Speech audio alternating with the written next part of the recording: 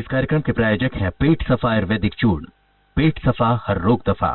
रूप मंत्र Ayurvedic face cream, ये कोई कॉस्मेटिक नहीं, आयुर्वेदिक औषधि है।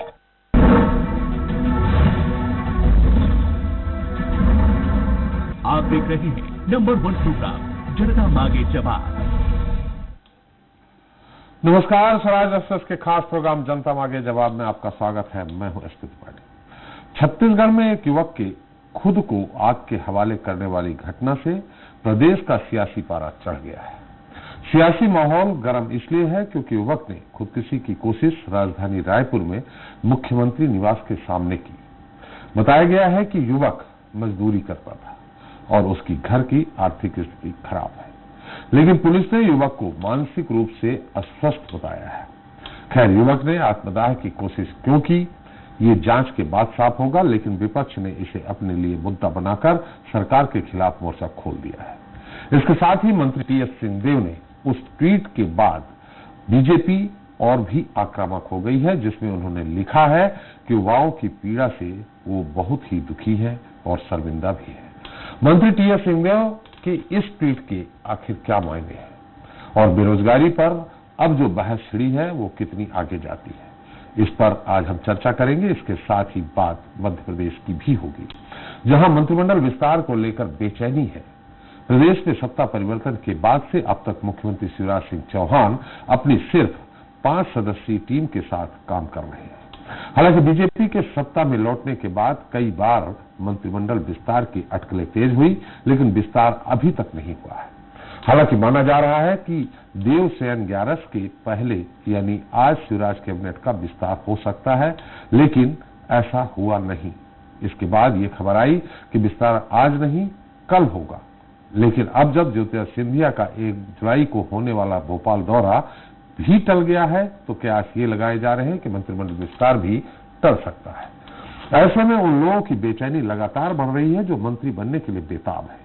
खैर, मंत्रिमंडल विस्तार की बेचैनी कब तक खत्म होगी, आखिर क्या वजह है जिसके चलते विस्तार को बार बार टालना पड़ रहा है, इस पर हम विस्तार से बात करेंगे। लेकिन शुरुआत छत्तीसगढ़ के साथ करते हैं, जहां बेरोजगारी पर बहस है।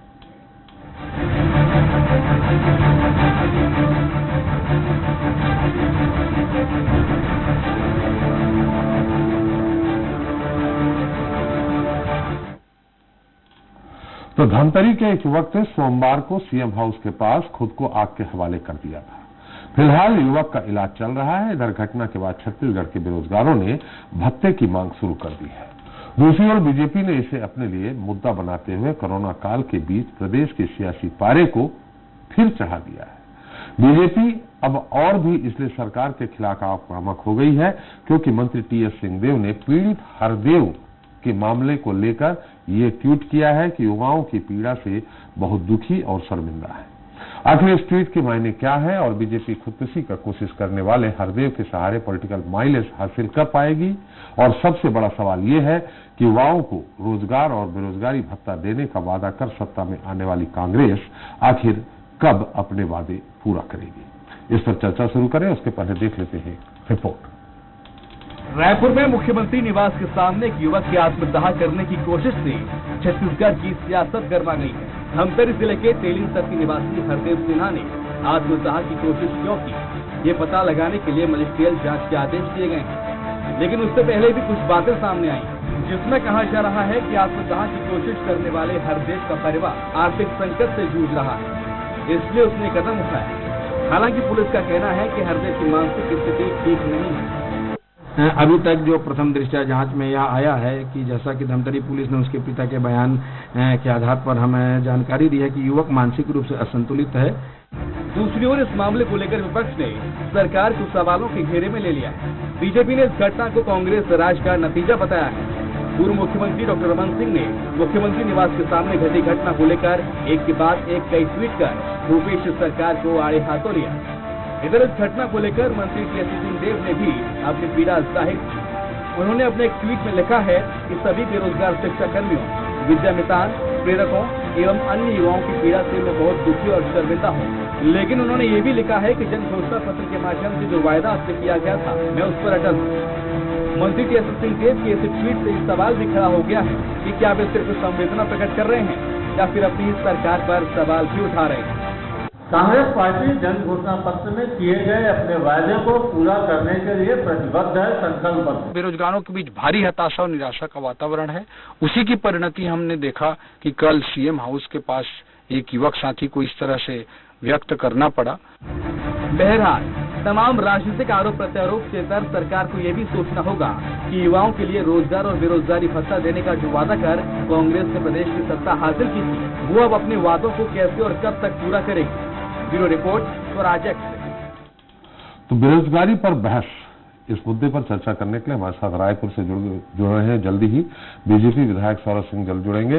कांग्रेस नेता किरणमयी नायक जी हमारे साथ जुड़ चुकी हैं, आपका बहुत बहुत स्वागत है। और स्वराज एक्सप्रेस छत्तीसगढ़ के संपादक मनोज सिंह बघेल हमारे साथ हैं और भोपाल स्टूडियो में मौजूद है वरिष्ठ पत्रकार के। पहले मनोज जी, सब मामला क्या है आपसे जानना चाहूंगा। किरण जी बैठी हैं, बेरोजगारी भत्ते से लेकर बहुत सारी बातें उनसे होंगी, उत्तर भी मिलेंगे, लेकिन ये मुद्दा क्या है?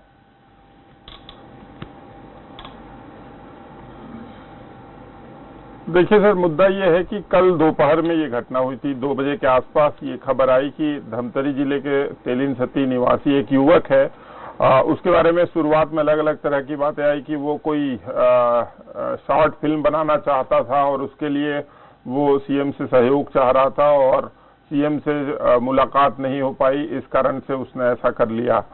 उसके बाद फिर पुलिस की तरफ से वक्तव्य आया कि वो मानसिक रूप से अस्वस्थ है।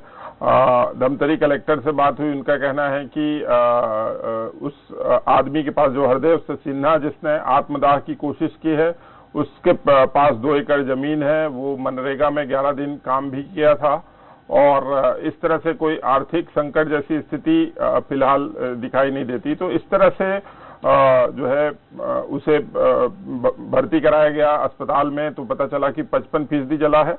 तो ये मुख्यमंत्री के रूप में भूपेश बघेल के काम करने के दौरान ये पहली ऐसी घटना है जब सीएम हाउस के बाहर आत्मदाह की कोशिश हुई और यही वजह है कि इसको विपक्ष ने मुद्दा बनाया और कहा कि जिस तरह से सरकार ने वादा किया था कि बेरोजगारों को बेरोजगारी भत्ता देंगे और कई भर्तियां होंगी, लेकिन ऐसा कुछ हो नहीं रहा है और इसी हताशा में इस युवक ने ऐसा कदम उठाया है। और इस पर जो विपक्षी भाजपा है उसके सदस्यों ने कई ट्वीट किए हैं। खासतौर पे पूर्व मुख्यमंत्री डॉक्टर रमन सिंह ने इस तस्वीर को लेकर एक ट्वीट किया है कि इसको भूपेश सरकार की सफलता माने या असफलता माने। तो इस तरह से एक युवक ने आत्मदाह की कोशिश की। फिलहाल सरकार की ओर से ये कहा गया है कि वह मानसिक रूप से असंतुलित है। इसके अलावा मजिस्ट्रियल जांच के आदेश सरकार ने दिए हैं जिसमें तमाम बिंदुओं की जांच की बात कही गई है कि उसके पास क्या खाने को राशन नहीं था, क्या लॉकडाउन में वो धमतरी से रायपुर कैसे पहुंचा, किसी ने क्या उसको उकसाया था। इन तमाम बिंदुओं को ध्यान में रखते हुए मजिस्ट्रियल जांच की बात सरकार ने कही है, लेकिन फिलहाल इस पर सियासत अपने चरम पर है। जी बिल्कुल मनोज जी, सियासत अपने चरम पर है, साथ में उन्होंने कही है, लेकिन सवाल तो कई उठ रहे हैं मनोज जी। किरण जी से बात करेंगे। एक तरफ अगर कलेक्टर कह रहे हैं कि वो उन्होंने 11 दिन मनरेगा में काम भी किया है, तो फिर अगर मानसिक रूप से विक्षिप्त है तो फिर काम कैसे किया 11 दिन मनरेगा में? सवाल तो बहुत सारे उठ रहे हैं, किरण जी से ले लेते। लेकिन किरण जी, सबसे पहले सवाल तो यही है, जिस तरह टीएस सिंहदेव जी ने ट्वीट किया है और ट्वीट करके सार्वजनिक कहा है कि मैं युवकों के शर्मिंदा हूं, दुखी हूं, तो कहीं न कहीं कुछ दाल में काला लग रहा है। इसको राजनीतिक हलकों में सरोज पांडे जी ने जो पिछले पखवाड़े एक बयान दिया था कि सरकार में सब कुछ ठीक नहीं चल रहा, जल्द ही गिर जाएगी, इससे जोड़ रहे हैं। ये मेरा मत नहीं है, जो राजनीतिक हलकों पे बात चल रही। पहला सवाल यही है कि आखिर टीएस सिंहदेव जी ने इस तरह ट्वीट किया है, सार्वजनिक तौर पे किया है, तो कहीं न कहीं वो अपने ही सरकार को घेरे में ले रहे। देखिए त्रिपाठी जी, टीएस सिंहदेव जी के ट्वीट को जी आधा पढ़ा गया है जी, आपने स्क्रीन पर जरूर पूरा दिखाया जी, पर कभी भी किसी नेता का या कोई भी वक्तव्य जी, जब आप बताएं तो उसे पूरा पढ़ेंगे जी, तो उसके अर्थ बहुत स्पष्ट होते हैं जी। और हमारे टीएस सिंहदेव जी इतने सीधे सरल और ऊंची सोच के नेता हैं जी कि वो बहुत सहजता से सारी बातों को कह देते हैं जी। अब एक बार उनके ट्वीट को आप मेरे अंदाज से सुन लीजिए, मैं भी उसे वर्ड बाय वर्ड पढ़ूंगी, मेरे पास मोबाइल पे उनका ट्वीट है जी। सभी बेरोजगार शिक्षा कर्मियों, विद्या मितान प्रेरकों एवं अन्य युवाओं की पीड़ा से मैं बहुत दुखी और शर्मिंदा हूँ। जन घोषणा पत्र के माध्यम से जो वायदा आपको किया था मैं उस पर अटल हूँ। इसके बाद की लाइन है, यही विश्वास दिला रहा हूँ कि सरकार प्रयास कर रही है, हम आपके साथ हैं और साथ रहेंगे जी। इस पूरे 5 लाइन की ट्वीट में 3 लाइन पढ़ी जा रही है और 2 लाइन जो उन्होंने सरकार प्रयास कर रही है इसको हाशिए में डाला जा रहा है। आप यदि इन 2 लाइनों को हटाएंगे तो उसके अर्थ का अनर्थ निकलेगा, परंतु आप इस 2 लाइन को जोड़ेंगे तो ये उन्होंने बयान जो अपना दिया है, क्योंकि जन घोषणा पत्र पूरा बनाने में पूरी मेहनत और श्रम माननीय टी.एस. सिंहदेव जी ने किया था और उनकी इच्छा है कि सारे हमारे वायदे पूरे हो जाएं। जी किरण जी, 36 में से हमारे 28 वायदे पूरे हो चुके हैं। किरण जी थोड़ा सा आपने कहा 5 तो अब उन्होंने जब कहा है किरण जी 1 मिनट, आपने 5 लाइन का जो ट्वीट पढ़ा है उसी से मेरे मन में एक सवाल उठ रहा है। उन्होंने कहा है, फिर से उस पे जोर दिया आपने कि मैं अटल हूँ, मतलब सरकार अटल है, यानी 20-22 महीने में सरकार ने उस तरफ प्रयास नहीं किया है। ये भी इशारा करता है ये ट्वीट आपकी पूरी 5 लाइन। नहीं देखिए, और चूंकि घोषणा पत्र आपने खुद कहा उनने बनाया है, इसमें क्या भाई मैं आपको पूरी, आपने मेरी बात पूरी सुनी नहीं जी। मैं यही कह रही हूँ कि घोषणा पत्र के माध्यम से जो वायदा आपको किया था मैं उस पर अटल हूँ जी। मतलब कहने का साफ है कि हम घोषणा पत्र के वायदों को पूरा करने के लिए जिम्मेदार हैं और हमारी सरकार इस दिशा में प्रयास कर रही है, हम आपके साथ हैं और साथ रहेंगे। हमने छोड़ा नहीं है किसी को भी। इसको दूसरे मायने भी है ना की जो मैं तो अटल हूँ, विद्या किसानों की बात है, मैं तो अटल हूँ, लेकिन हमारी सरकार, हमारे मुख्यमंत्री जी अटल नहीं है, ऐसा भी समझा जा रहा है इसको ये राजनीतिक हलकों में। जी नहीं देखिए, नहीं राजनीतिक हलकों में देखिए भारतीय जनता पार्टी के नेता क्या अर्थ निकालते हैं और क्या अनर्थ निकालते हैं, ये उनकी सोच का विषय है, मैं उस पर नहीं जाना चाहती हूँ। वो तो क्योंकि वो लोग तो देश में अभी जब चाइना में गलवान में कब्जा हो गया उसके बाद में हमारे मुख्य प्रधानमंत्री जी बोलते हैं कि वहां पर हमने लाल आंख दिखाई है, पूरा देश कुछ और कहता है, अकेले मोदी जी कुछ और कहते हैं। तो भारतीय जनता पार्टी के जो आंख पे पट्टी डालने वाले नेताओं की सोच पर मैं बयान नहीं देना चाहती हूँ। बिल्कुल आपको देना भी नहीं चाहिए, लेकिन उनके ट्वीट तो बहुत स्पष्ट बात, उनके ट्वीट तो ये भी आ रहे हैं कि छत्तीसगढ़ में सिंधिया जी को ढूंढ लिया गया है। ट्वीट आ रहे हैं कि राजा महाराजाओं को ढूंढ लिया है छत्तीसगढ़ में भी।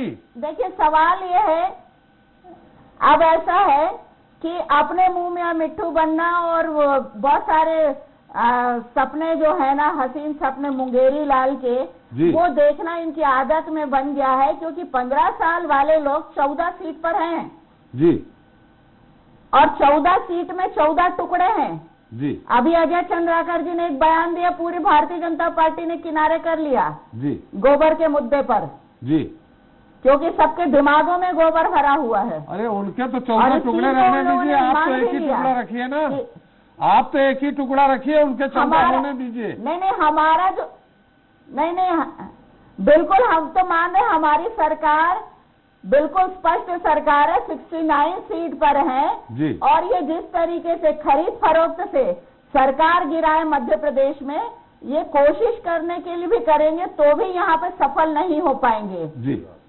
इनके पास कोई मुद्दा नहीं रह गया। जितने हमने जन घोषणा पत्र में वायदे किए थे 5 साल के लिए किए थे, उस 5 साल के वायदों में हमारे 3/4 वायदे पूरे हो चुके हैं, जिसमें हमने 3-4 चुनाव निकाल दिए। अब ये कोरोना काल आ गया चुनाव निपटने के बाद में, उसके बाद भी हमारी सरकार प्रयास कर रही है। लोगों की अपेक्षा बहुत ज्यादा है हमारी सरकार से, वो चाहते हैं कि हमने जो कहा वो तुरंत पूरे हो जाए। तुरंत पूरा करना सभी के लिए संभव नहीं है। 5 साल में हमारे सारे वादे पूरे होंगे, निश्चित रूप से पूरे होंगे। बिल्कुल किरण जी, लेकिन अब सवाल ये उठता है, मुद्दे पे आ जाएं। सवाल ये उठता है, पहला ये कि आखिर मैंने जो मनोज जी ने अपना जो भी उन्होंने जवाब दिया था पूरा होने के बाद कि एक तरफ कहा जाता है कि मनरेगा में 11 दिन काम किया है, प्रशासन आपके हाथ में ही है, दूसरी तरफ ये कहा जा रहा है कि मानसिक रूप से अस्वस्थ है। तीसरा सवाल यह है कि आखिर उसने आत्महत्या का प्रयास क्यों किया? 55% जल चुका है वो आदमी, आखिर क्या वजह है? और दूसरा, क्या आपने घोषणा पत्र में जो बेरोजगारी भत्ता देने की बात कही थी उस पे अभी तक कितना अमल हुआ है? देखिए, पहली चीज इसमें जो हरदेव जिसने यहाँ पर आत्महत्या की कोशिश की, वो बेरोजगारी का रोजगार में पंजीकृत नहीं है, पहली चीज जी। दूसरी चीज, जॉब कार्ड कर रहा है, वो मजदूर है और उसने काम किया है जी। तीसरी चीज, उसने 11 दिन काम किया हुआ है जी। और इन सब से हट करके जो माननीय मुख्यमंत्री जी ने जी किसी के आंदोलन धरना के लिए समय नहीं दिया, तत्काल उसके घर में उसकी पत्नी को फोन लगा करके बात की हमारे माननीय मुख्यमंत्री जी ने जी। पूरी संवेदनशीलता से, और सारी चर्चा उसकी पत्नी से किया। उसको भी नहीं मालूम कि उसने आत्महत्या क्यों की। बीच में अब सवाल एक बीच में एक सवाल था जो आपने विलोपित कर दिया। मेरी बात कह लेने दीजिए। बीच में एक सवाल था जो आपने विलोपित कर दिया, वो ये था कि आपकी पुलिस ने कह रही है कि मानसिक रूप से विक्षिप्त था, तो अगर मानसिक रूप से विक्षिप्त है तो वो फिर मनरेगा में काम कैसे किया? जॉब कार्ड भी बना है और मानसिक रूप से विक्षिप्त भी है, दो में से कुछ एक गलत है या तो पुलिस गलत है।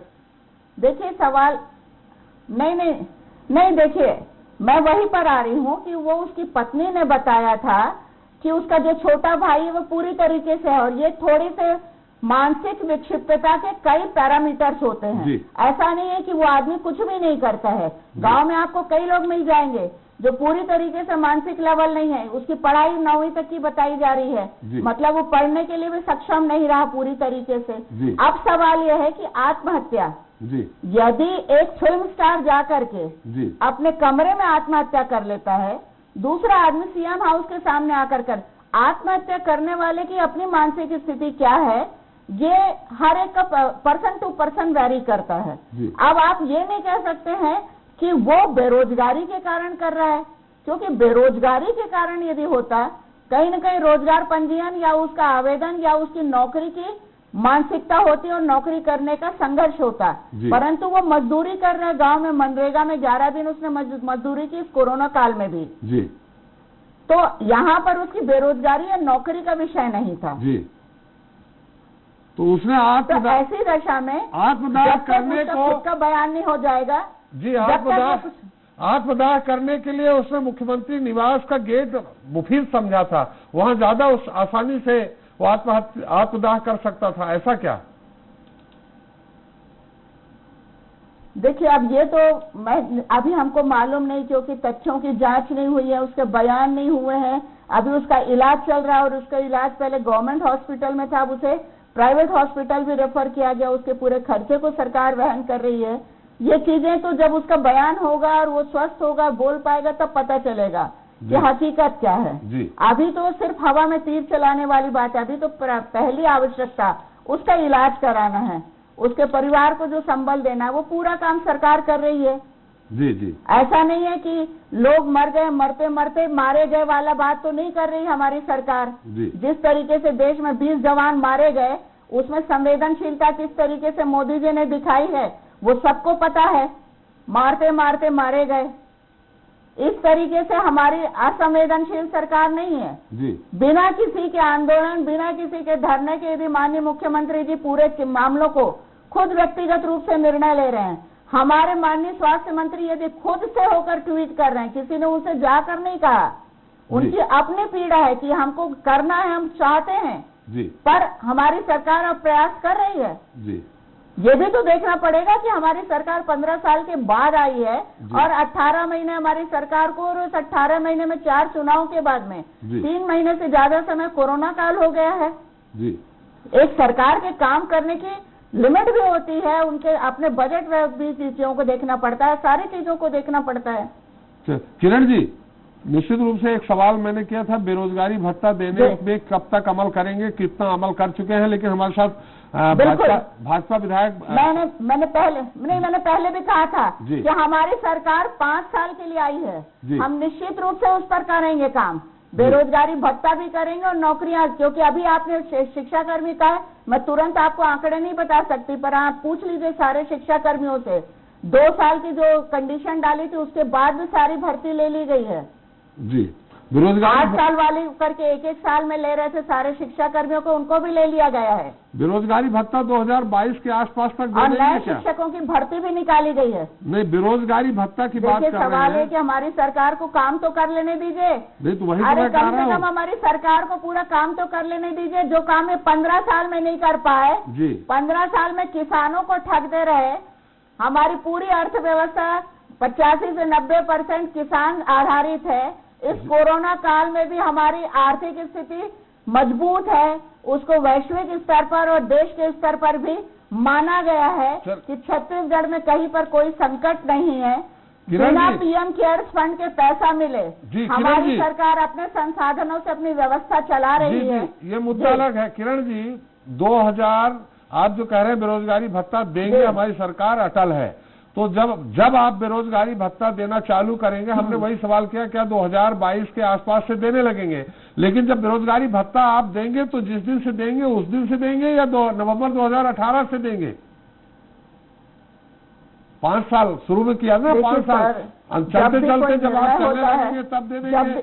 5 साल में हम अपनी सारी घोषणाओं को पूरा करेंगे। हमने जो घोषणाएं की थी 10 दिन का अवसर दिया था माननीय राहुल जी ने, पर हमारे नेता ने 2 घंटे के अंदर फैसला लिया था किसानों का कर्जा माफ करने का, 2500 रुपए में खरीदी करने का। हमारे यहाँ समय नहीं लगता। हमारा सवाल ये है कि बेरोजगारी भत्ता, देखिए सवाल ये है कि जो भी बेरोजगारी भत्ता दिया जाएगा। मैं निश्चित रूप से कह रही हूँ, जब हमारे टी.एस. सिंहदेव जी कह रहे हैं कि हमारी सरकार प्रयास कर रही है, मतलब उस पर काम चालू हो चुका है। हमारा सवाल किरण जी ये है, वक्तव्य देने के लिए अधिकृत नहीं हूँ। हमारा सवाल ये है कि बेरोजगारी भत्ता देंगे 200-300 जो भी देंगे, वो 2000 नवंबर 18 से जोड़ के देंगे या जिस दिन देंगे 4-6 महीने चुनाव के बचेंगे तब से मैंने 6 महीने का देंगे?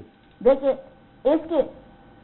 इसकी जानकारी हमारे नेतागण दे पाएंगे जब उस पर बजट का व्यवस्था हो जाएगा, कब से दिया जाएगा और कब तक दिया जाएगा। ये निश्चित रूप से बहुत जल्द छत्तीसगढ़ सरकार इसकी घोषणा करेगी। किरण जी, हमारे साथ सौरभ जी हैं, भाजपा विधायक, फोन लाइन में जुड़ गए हैं। सौरभ जी, बहुत बहुत स्वागत है आपका। आवाज सुन पा रहे हैं? आपको बहुत बहुत जी। सौरभ जी, पता नहीं क्या हुआ, तकनीकी कारणों से आप हम आमने सामने नहीं हो पाए। किरण जी से फोन तय करके जहाँ पर हम रहते हैं, जिस क्षेत्र में वहाँ पर नेटवर्क की समस्या, तो नेटवर्क कनेक्टिविटी का मामला होगा। जी, चलिए हम ये पूछ रहे हैं, किरण जी ने बहुत विस्तृत रूप से ये बताया कि आखिर आत्मदाह करने के जिस युवक ने प्रयास किया है वो क्यों किया है। उनने मनरेगा में भी काम किया है। मैंने उनसे बात भी की कि अगर वो मानसिक रूप से विक्षिप्त है, पुलिस साहब की कह रही है, तो मानसिक रूप से विक्षिप्त होने के कई तरह के, किरण जी के मानसिक स्तर बहुत ऊपर है, हमारा थोड़ा नीचे है, मैं उतना नहीं समझ पाया हूं, इसलिए आपसे समझना चाह रहा हूं कि मानसिक विक्षिप्तता के भी कई तरह के श्रेणियां हैं, तो वो ऐसी श्रेणी में होंगे जो अंतर्मुखी स्वभाव के होंगे या दूसरी तरह के होंगे। लेकिन ऐसी स्थिति में राजनीति करे विपक्ष, कोई ऐसा मुद्दा नहीं है कि वो बेरोजगार था, रोजगार मांगने गया था, वो रोजगार कार्यालय में उसने अपना पंजीयन भी नहीं कराया था, मनरेगा में काम भी किया था, तो जब वो ठीक हो जाए या उसका जब तक उस बयान ना आ जाए तब तक राजनीति करना कितना उचित है? देखिए पत्रकारों, देखिए उसको जी पूरी इंफॉर्मेशन आई है जी। हमारे भारतीय जनता पार्टी की जो विधायक है वो भी उनके घर गई थी जी, और उनका जो परिवार था 2-3 दिन से अगल बगल के लोगों से मांग कर खाना खा रहा जी, उनके पास व्यवस्था नहीं जी। इस मानसिक परिस्थिति में वो व्यक्ति मुख्यमंत्री निवास के सामने गया और ये घटना हुई जी। इस घटना को संवेदनशीलता से देखना चाहिए। और जो बेरोजगारी बढ़ी है क्षेत्र, आज आप देखिए छत्तीसगढ़ में पुलिस भर्ती बंद है जी। शिक्षा कर्मी की भर्ती बंद है, पीएससी का कब नतीजा निकलेगा ये तय नहीं है करके, उद्योग धंधे बंद है करके, कोई बंद उद्योग चालू नहीं हो रहे, आखिर बेरोजगार जाएगा कहाँ? तो ये कोरोना काल आ गया है 3-4 महीने से। सौरभ जी, कोरोना को किरण जी ने थोड़ी इनवाइट किया था चाइना से कि कोरोना आ जाए, 4 महीने से बंद है फैक्ट्रियां वगैरह। नहीं, देखिए, किसी ने कोरोना को इनवाइट नहीं किया था जी। कोरोना एक वैश्विक महामारी है जी। कोरोना को बहाना है। किरण जी अभी बोल रही थी कि 4 महीने से कोरोना हो गया, इससे सरकार काम नहीं कर रही करके। सरकार काम करने के दृष्टिकोण में क्या कर रही? बेरोजगारी भत्ता सरकार ने बोला था, शराबबंदी सरकार ने बोली थी जी। ये सरकार ने कहा था 15 दिन में शराबबंदी होगी, सरकार ने कहा था कि बेरोजगारी भत्ता हम तुरंत देंगे करके। राहुल गांधी जी का भाषण है, पूरे सोशल मीडिया में चल रहा है वो भाषण से। सौरभ जी, अभी बेरोजगारी का मुद्दा है, शराबबंदी में ले जाएंगे तो बहस दूसरी तरफ चली जाएगी। बेरोजगारी की बात मैं कर रहा हूँ, अगला व्यक्ति बेरोजगार था इसलिए वो वहां पर गया। और आप जाके आज देखिए बेरोजगारी का जो आलम है, रोजगार कार्यालय में कितने लोग का, मैं पूछना चाहता हूँ कि इस सरकार के 18 महीने में कितने लोगों को रोजगार मिला है? चलिए मैं किरण से पूछ लूंगा, लेकिन एक सवाल मेरा आपसे है कि 15 साल में सारे रोजगार ही थे क्या पूरे छत्तीसगढ़ में? कोई बेरोजगार नहीं था? 15 साल में रोजगार की व्यवस्था छत्तीसगढ़ में कही थी। आप पिछले 15 साल का आप डाटा निकाल के देख लें कि कितने लोग को रोजगार मिला है, उसका प्रतिशत देख लें, कितने लोग का, कितने जनसंख्या के प्रतिशत के अनुपात में कितने लोग को रोजगार मिला है, और इस 18 महीने में कितने प्रतिशत लोगों को रोजगार। अच्छा, बेरोजगारी भत्ता दे रहे थे क्या आप लोग? बेरोजगारी भत्ता कांग्रेस ने अपने मैनिफेस्टो में कहा था कि हमने बेरोजगारी भत्ता हम देंगे क्या? मतलब मैनिफेस्टो गलत बनाया? बेरोजगारी भत्ता देंगे क्या? मतलब मैनिफेस्टो शिक्षा कर्मी देंगे, हम शिक्षा कर्मियों को रोजगार देंगे, मतलब कह रहा था नियमितीकरण हम करेंगे करके डेली वेजेस के कर्मचारियों। मतलब जो चुनावी घोषणा पर सिंहदेव जी ने बनाया वो गलत बनाया था, इसलिए उन्होंने माफी मांगी। सिंहदेव जी ने तो ट्वीट करके कहा कि मुझे खेद है, मैं शर्मिंदा हूँ, ये काम नहीं हो पा रहा है करके। उन्होंने ट्वीट करके अपनी गलती को माना है सिंहदेव जी ने। कम से कम उनके पास इतना बड़ा हृदय तो था कि उन्होंने अपनी गलती को माना था। लेकिन वो 3 लाइन पढ़ के आप बता रहे हैं, किरण जी ने 5 लाइन पढ़ के बता दिया कि आप लोग एक तरह से ये है कि निराश मत हो, हम अपने वादे पे अटल हैं, ये भी उन्होंने किया है। हम अपने वादे पे अटल है, अपने वादे पर अटल है करके, तो अपने वादे पर अटल है, तो हम ये पूछना चाह रहे हैं ना कि कब अटल होंगे, कब आप करेंगे इस चीज की घोषणा? चलिए, 18 महीने हो गया, कोई डेडलाइन बता दे, तारीख बता दे। बेरोजगारों के 1 महीने बात करेंगे, 3 महीने बात करेंगे, 1 साल बात करेंगे, 1.5 साल बात करेंगे, कितना करेंगे, कब करेंगे, 2500 देंगे कि 500 देंगे? चलिए सौरभ जी, चूंकि आपने सवाल किया है, किरण जी बार बार कुछ आप जब उत्तर दे रहे हैं काफी उत्साहित हो रही हैं कि आपके उत्तर का प्रत्युत्तर दे। जी किरण जी। देखिए, ऐसा है, भारतीय जनता पार्टी की आदत है सिर्फ गाल बजाना, पहली चीज। दूसरी चीज, उनको तो 2500 रुपए जो किसानों को दिया, धान खरीदे मूल्य और उनका कर्जा माफ किया, उससे भी उनके पेट में दर्द है। उसको भी वो नहीं मानने को तैयार हैं कि 2500 रुपए का समर्थन मूल्य दिया है आप बेरोजगारी और हमने किसानों का कर्जा माफ किया है। बेरोजगारी पे फिर उसके बाद नहीं, मैं तो अभी उसी पर आ रही हूँ। और दूसरी चीज, उन्होंने जो झूठ बोल दिया था पहली लाइन में कि उसके पास खाने को नहीं था, इस बात पर मैंने अपनी उंगली उठाई थी कि छत्तीसगढ़ के किसी भी गांव में ये स्थिति नहीं है कि कोई व्यक्ति अपने घर में भूखा है, क्योंकि 3 महीने का राशन हमारे माननीय मुख्यमंत्री जी ने निःशुल्क दिया है। सौरभ जी, किरण जी का उत्तर राशन दिया है। छत्तीसगढ़ में कोई आदमी भूखा नहीं मर रहा है। झूठ मत बोलिए, आप लोगों का चाल चरित्र और चेहरा और झूठ बोलिए, हम आपको समय देंगे, जोर से बोलिए। किरण जी से बोलने से झूठ सच में नहीं बदल जाता है। अपना उत्तर पूरा करिए जल्दी। एक किस्त मिली है, अगली किस्त 19 तारीख को। मैं उसी बात, वो तो हल्ला कर रहे हैं ना, अब बोलने में सौरभ जी, सवाल इस बात सौरभ जी बोलते हैं तो सुनने का साहस आपने सवाल किया, उनका उत्तर ले लीजिए, फिर मोदी जी की तरफ आपके पास फिर आएंगे। नहीं करते सौरभ जी, आपके पास फिर आएंगे। बात नहीं करते, जी तरफा बात नहीं करते। किरण जी अपनी बात अरे करिए। इतना ही साहस है तो अपने मोदी जी से बोलिए, अरे किरण जी बोला करें देश। किरण जी बेरोजगारी पे हमारी आइए। कांग्रेस की सरकार झूठ नहीं बोलती है। किरण जी बेरोजगारी पे सरकार ने आइए। वादा किया है, किरण जी बेरोजगारी पे आइए, बेरोजगारी पे निश्चित रूप से देंगे, क्योंकि बिल्कुल बेरोजगार, हमारे पास बेरोजगारी भत्ता देने का हमारा घोषणा पत्र है। हमारा कमिटमेंट है, हम उसको निश्चित रूप से पूरा करेंगे। परंतु हमारे कोई भी घोषणा पत्र में जिसमें हमारा वादा था कि हम 10 दिन में करेंगे, हमने करके दिखाया।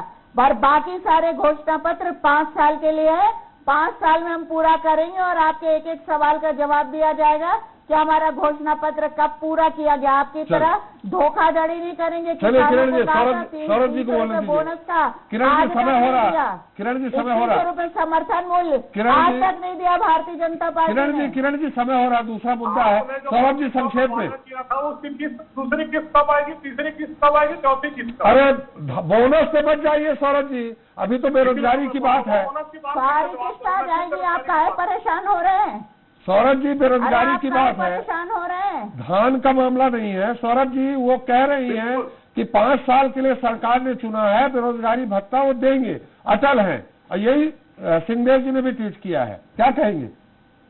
देखिए, उन्होंने 18 महीने हो गए सरकार को, इस बजट में कोई प्रावधान नहीं हुआ है। इस बजट में प्रावधान नहीं हुआ, इसका मतलब 31 मार्च 2021 तक कोई प्रावधान नहीं है। उसके बाद 31 मार्च 2021 के बाद अगर बजट में प्रावधान किया जाएगा बेरोजगारी भत्ता का, तो उसके बाद उस साल में मिलेगा कि नहीं मिलेगा? उसके बाद तो फिर चुनाव का वर्ष आ गया। 2023 में चुनाव है। हाँ, तो 2023 में तो 4.5 साल आपने जनता को वादा किया था कि हम जिस दिन हमारी सरकार बनेगी उस दिन हम बेरोजगारी भत्ता देंगे 25। नहीं, ये वादा नहीं है, उसको मैंने भी पढ़ा है कि जिस दिन से सरकार, ये वादा है कि बेरोजगारी भत्ता देगी सरकार। किस दिन से देगी ये नहीं लिखा था, इसमें बहुत चतुराई कर ली किरण जी ने। बेरोजगारी का आलम यह है, आज एक व्यक्ति को मुख्यमंत्री निवास के सामने जाकर आत्महत्या का प्रयास करना पड़ा, इसीलिए बेरोजगारी भत्ते की बात हो रही है। ये यहाँ के जितने नवयुवक थे उनके जहन में ये बात है, जहन में बात है। एक व्यक्ति को वहाँ पर जाकर ऐसा करना पड़ गया, उसकी मजबूरी। सौरभ जी जो आदमी जाकर वहाँ पर ऐसा कार्य किया करके। सौरभ जी समय समाप्त हो रहा है। अग्निहोत्री जी आपकी टिप्पणी, लेकिन संक्षेप में मनोज जी आपसे जानना चाहेंगे मुद्दा और कितना आगे तक जाएगा?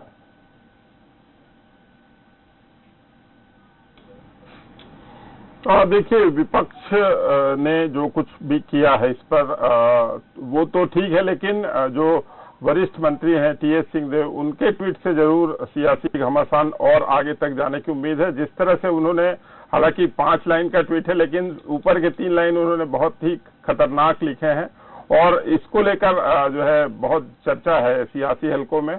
तो निश्चित तौर पर ये बात इतनी जल्दी अभी खत्म नहीं होने वाली है और आने वाले दिनों में ये लोगों के बीच चर्चा और बहस का विषय बना रहेगा। मतलब बीजेपी महाराजाओं पे नजर रख रही है अग्निहोत्री जी?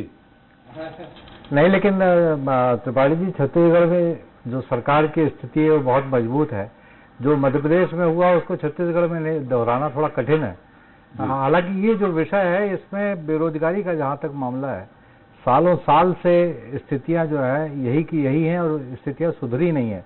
ये अलग तर्क है कि उसका बेरोजगारी एनरोलमेंट में नाम नहीं था, रोजगार कार्यालय में, और बहुत सारे तर्क दिए जा रहे हैं। लेकिन मजिस्ट्रियल जांच में जरूर सामने आएगा कि क्यों उसने आत्महत्या की।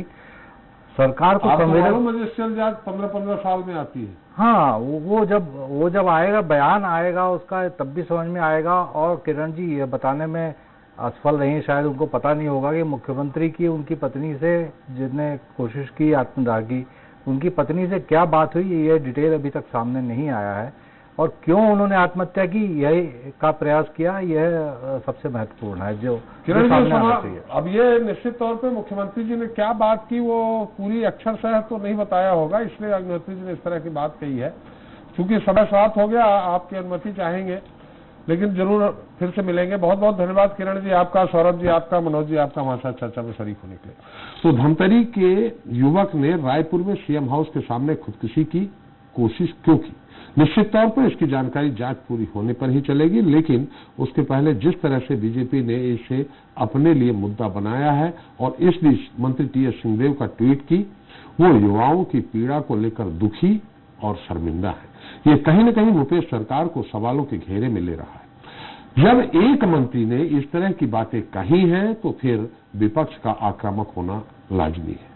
खैर, सरकार को चाहिए कि वो अपने उस वादे को पूरा करे जो उसने युवाओं, खासकर जो बेरोजगार हैं, उनसे सत्ता में आने के पहले किए। नहीं तो अभी बेरोजगारी पर सिर्फ बहस छिड़ी है, लेकिन कल ये सरकार के लिए गले की फांस भी हो सकती है।